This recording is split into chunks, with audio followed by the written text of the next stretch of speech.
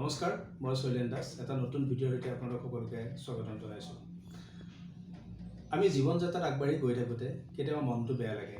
আমি পজিটিভ, আমি ধনাত্মক ব্যক্তিৰ মানুহ। তাৰপিছতো কিন্তু কেতিয়াবা দৈনন্দিন কামবোৰ কৰি যোৱাৰ লগে লগে মনটো বেয়া লাগে। আৰু আজিৰ তাৰিখত মন বেয়া লগা মানুহৰ সংখ্যা বেছি। আপোনাৰো বেয়া লাগে, মোৰো বেয়া লাগে, সকলোৰে বেয়া লাগে।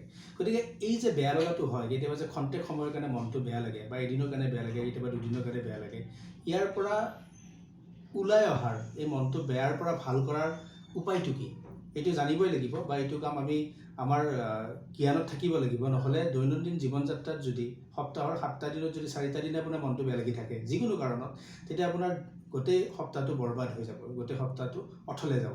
এতিয়া কথাটো হ'ল, মন বেয়া লাগিবই, এইটো এটা স্বাভাৱিক কথা। কাৰণ আমি মানুহে কথা ক'ব জানে, সেইটো আটাইতকৈ ডাঙৰ কথা। আৰু মানুহে কথা ক'ব জানে, সেইটো আটাইতকৈ ডেঞ্জাৰ কথা।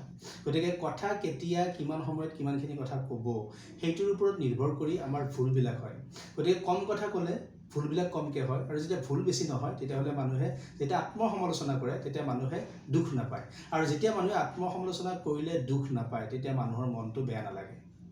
মানে বেয়া লগাৰ লগত এটা কাৰণ সদায় যুক্ত হৈ থাকে, ইণ্টাৰলিংক থাকে। গতিকে কথা কওঁতে সদায় সাৱধান হ'ব লাগে। কথা কোৱাৰ পৰা মন বেয়া লগাৰ এটা লিংক আছে।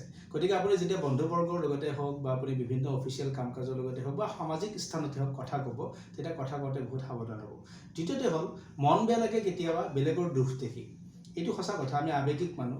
কিন্তু কেতিয়াবা অত্যাধিক আৱেগে আমাক নষ্ট কৰে। আৱেগ নাথাকিলে মানুহ ৰবট হৈ যায়, আমি সেইটোও হ'ব দিব নোৱাৰোঁ। কিন্তু অত্যাধিক আৱেগে আমাক কেতিয়াবা কষ্ট দিয়ে। গতিকে অত্যাধিক আৱেগে আপোনাৰ মনত বাহৰ পাতিছে নেকি?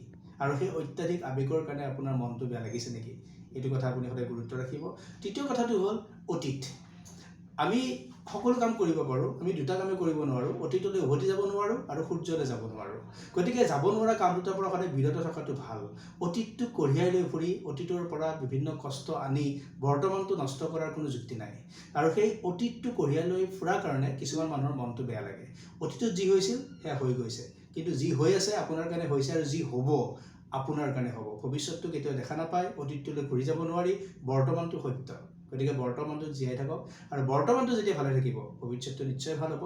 গতিকে মন ভাল লগাৰ বা মন বেয়া কৰাৰ পৰা দূৰত থকাৰ অন্যতম কাৰণটো হ'ল বা অন্যতম উপায়টো হ'ল যে আপুনি অতীতটো কঢ়িয়াই লৈ কেতিয়াও নুফুৰিব। আৰু মনটো যেতিয়া বেয়া লাগি থাকে খন্তেক সময়ৰ কাৰণে, সেই মনটো ভাল লগাৰ কাৰণে সদায় আপুনি নিজৰ লগত কথা পাতিব। নিজৰ সৰু সৰু ভাল লগা কামবোৰ, হয়তো আপুনি চাহ বনাই ভাল পায়, সেইটো এটা গুৰুত্বপূৰ্ণ কাম, সৰু কাম।